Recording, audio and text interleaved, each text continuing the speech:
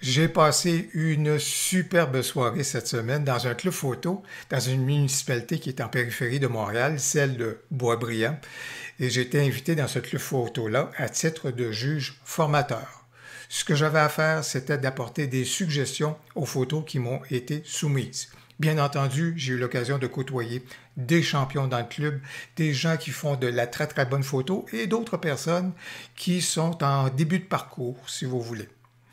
Pour certaines des photos qui avaient un peu une apparence comme celle que je vous présente, je disais aux gens, il faut mettre du relief dans votre photo. Il faut jouer au metteur en scène ou à la metteur en scène. Là où est-ce que le metteur en scène vient déterminer, ici on va mettre une zone de lumière, ici on va mettre des ombres pour créer un décor qui va être un peu plus théâtral. Et idéalement pour nous amener à passer de cette photo-ci à cette photo-ci.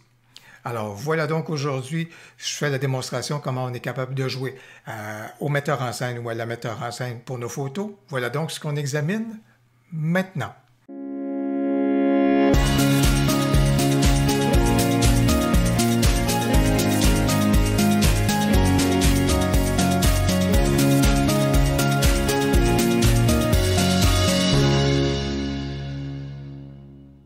Alors, comme je l'indiquais, on regarde une photo qui est celle-ci et c'est relativement neutre. C'est vraiment tout à fait à plat.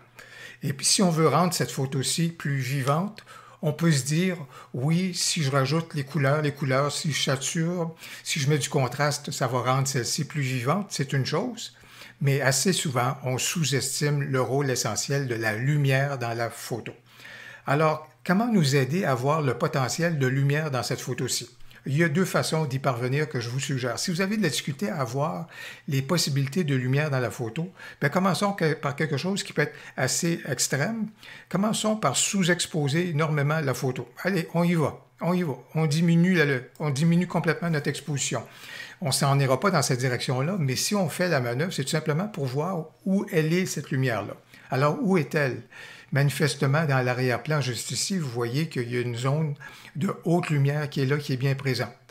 Si je regarde dans le haut, juste ici, des arbres, je vois qu'il y a de la lumière qui est juste là. Je vois qu'il y a de la lumière qui vient sur l'arbre, là, justement, de ce côté-ci. J'en vois là. J'en vois également dans le pré qui est juste là, devant donc, les moutons qui sont là, tout le pâturage qui est juste là, en tous les cas, je vois qu'il y a une zone lumineuse qui est là. Donc, manifestement, dans ce cas-ci, comme vous avez pu le constater, on était à un coucher de soleil et il y avait un angle, et l'angle part donc d'ici dans le haut, et à ce moment-là, les rayons lumineux arrivent donc de la gauche vers la droite et en oblique. Alors voilà donc une façon de dépister donc la lumière, les possibilités de lumière dans notre photo. La deuxième possibilité, je le mentionnais devant les membres du club, transformer votre photo en un noir et blanc. Et si je transforme le tout en un noir et blanc, en retirant donc la couleur qui est là, bien, la lumière, elle est encore plus évidente. Vous voyez les zones de haute lumière qu'on retrouve bien sûr au niveau de l'arbre. On voit ici au niveau du pâturage. On voit ici en arrière-plan. Donc, ce sont autant d'hypothèses qui sont là de pouvoir créer donc des zones lumineuses et au bout du compte, donc, de créer du relief dans notre photo. Alors, afin de ne pas allonger indûment la vidéo, j'ai déjà apporté certaines retouches de base, comme vous pouvez voir au niveau de l'exposition, diminuer un peu celle-ci, apporter beaucoup plus de contraste, les hautes lumières, ouvrir les ombres, voilà qu'il y a de l'importance, les blancs pour éviter la surexposition au niveau donc du ciel, les noirs, bien sûr, la texture, en fait ici, je vais aller dans des directions qui ont été opposées, diminuer les textures pour augmenter la clarté, le micro-contraste, et la vibrance, diminuer la contraste pour augmenter la saturation. Alors, je suis donc allé dans cette direction-là. Pour apporter de la lumière, et lorsque ça coïncide bien, un outil qui est intéressant pour apporter de la lumière avant de basculer dans des outils, des masques localisés, c'est la luminance. La luminance peut être bien intéressante. Alors, dans ce cas-ci, au niveau de la luminance, au niveau des rouges, je veux augmenter les rouges. Donc ici, ça, c'est un effet beaucoup plus au niveau des couleurs. Alors, si je veux augmenter la présence du rouge avec la luminance en allant et en diminuant la luminance, bien, ça donne plus d'importance au rouge. C'est une autre façon d'y arriver plutôt que de jouer avec la saturation.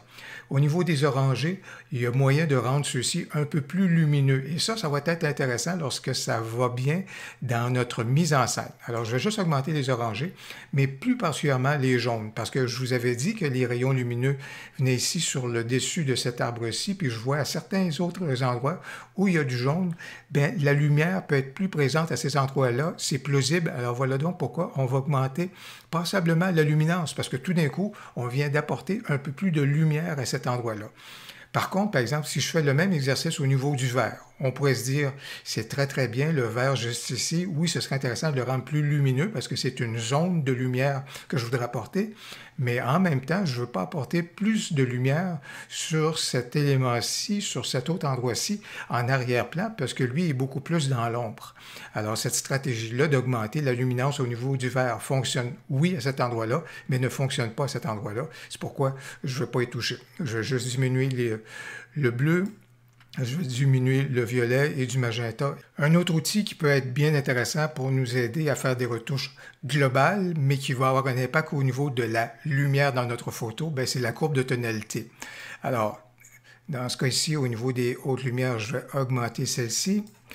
Je vais diminuer par contre la zone d'ombre et je vais créer un effet mat que j'affectionne beaucoup. Alors, si je fais cela de cette façon-ci, regardez comment, avec la courbe de tonalité, avec les zones d'ombre beaucoup plus appuyées que je viens d'amener, vous voyez comment la lumière vient d'émerger. Alors, je n'ai pas travaillé spécifiquement sur la lumière, mais j'ai assombri certaines zones. Alors, vous voyez qu'au niveau justement du pâturage, ce qui se déroule dans les arbres, tout cela, tout d'un coup, là, il y a des faisceaux lumineux qui viennent d'émerger grâce à la courbe de tonalité. Donc, c'est une belle façon de pouvoir y parvenir. Et à partir de maintenant, on va donc commencer à travailler avec nos masques localisés pour poursuivre dans le sens donc du travail qu'on a pu faire.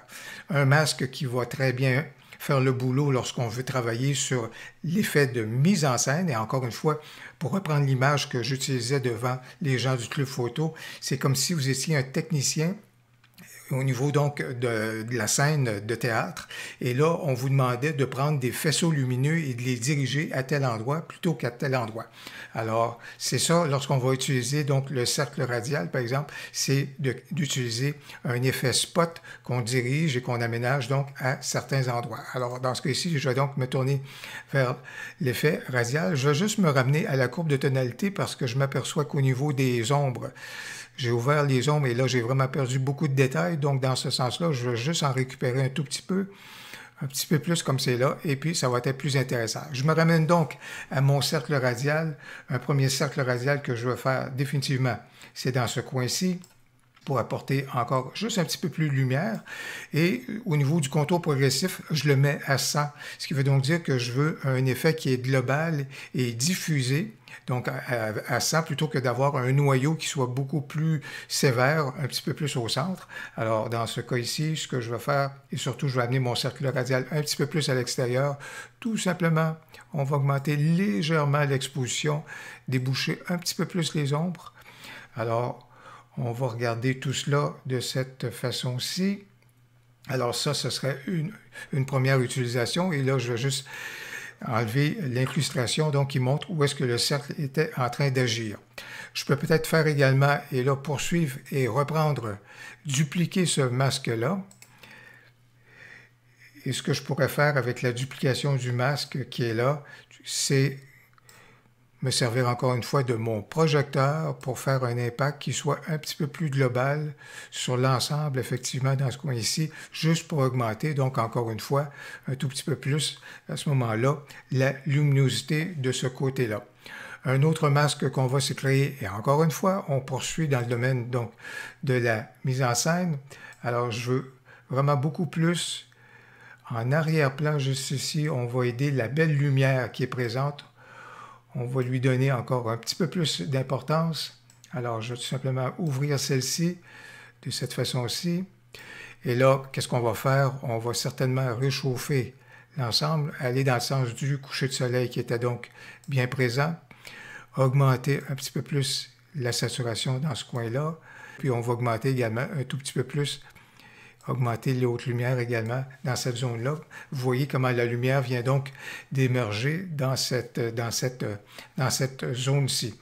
Un élément qu'on pourrait également faire, je vais juste prendre un pas de recul au niveau de ma retouche pour amener un autre masque. Encore ici, un dégradé radial, toujours aux fins de simulation d'un coucher de soleil et des rayons lumineux qui arrivent en oblique. Donc, du haut vers la droite et qui vont en direction donc de l'arbre. Alors, on pourrait apporter davantage de haute lumière, rajouter un peu plus, tout simplement un peu plus réchauffer l'ambiance dans cette direction-là. On voit que ce que ça vient faire, ça vient illuminer les arbres qui sont là, et c'est tout à fait correct que les rayons lumineux qui passaient donc là vont effleurer les arbres dans le haut pour se diriger davantage vers l'arbre qui est là à la droite. Alors ça, c'est tout à fait correct dans ce sens-là. Et peut-être qu'on pourrait faire un autre élément également, encore une fois, amener un faisceau lumineux juste ici. C'est une belle zone qui est juste là, comparativement donc aux zones d'ombre qui sont à proximité. Et encore ici, on va tout simplement déboucher les ombres et juste renchérir un tout petit peu au niveau des hautes lumières, pas trop, pas quelque chose qui serait trop prononcé, mais peut-être qu'on va laisser tout simplement le travail au niveau de déboucher les ombres pour enrichir un peu plus la lumière qui serait donc là. Par contre, dans ce coin ici, je pense que ce qu'on pourrait faire également, c'est tout simplement apporter une zone, juste ici, une zone d'ombre, parce que ça va nous permettre de mieux faire ressortir la lumière qui est présente au niveau du pâturage. Alors dans ce cas ici, on va peut-être tout simplement avoir quelque chose qui peut s'apparenter à un effet, une simulation du vignettage, mais dans ce cas ici, on va juste diminuer donc l'exposition à cet endroit-là, ce qui va donc faire ressortir la lumière qui est présente là, au-dessus de l'endroit. Eh bien, voilà donc une méthode de travail qui nous a permis de créer du relief et de faire de la mise en scène dans notre photo et qui nous a permis de passer de cette photo-ci à cette photo-ci. C'est une façon d'y parvenir que je viens juste de vous présenter, mais il existe une autre façon que je vous ai déjà présentée par le passé. Vous allez retrouver à cet effet un lien dans le haut à droite vers cette vidéo où je vous suggérais de désaturer vos couleurs, de vous créer un noir et blanc avec des jeux d'ombre et de lumière et de réintégrer la couleur dans celle-ci. Comme je vous disais, vous allez retrouver le lien vers la vidéo. Si vous avez apprécié cette vidéo, n'hésitez donc pas à cliquer sur j'aime. Si vous appréciez des tutoriels sur la retouche photo, n'hésitez pas à vous abonner à ma chaîne et à activer les notifications. Et comme à l'habitude, n'hésitez pas à commenter. J'ai bien hâte de vous lire. Au plaisir, à la prochaine.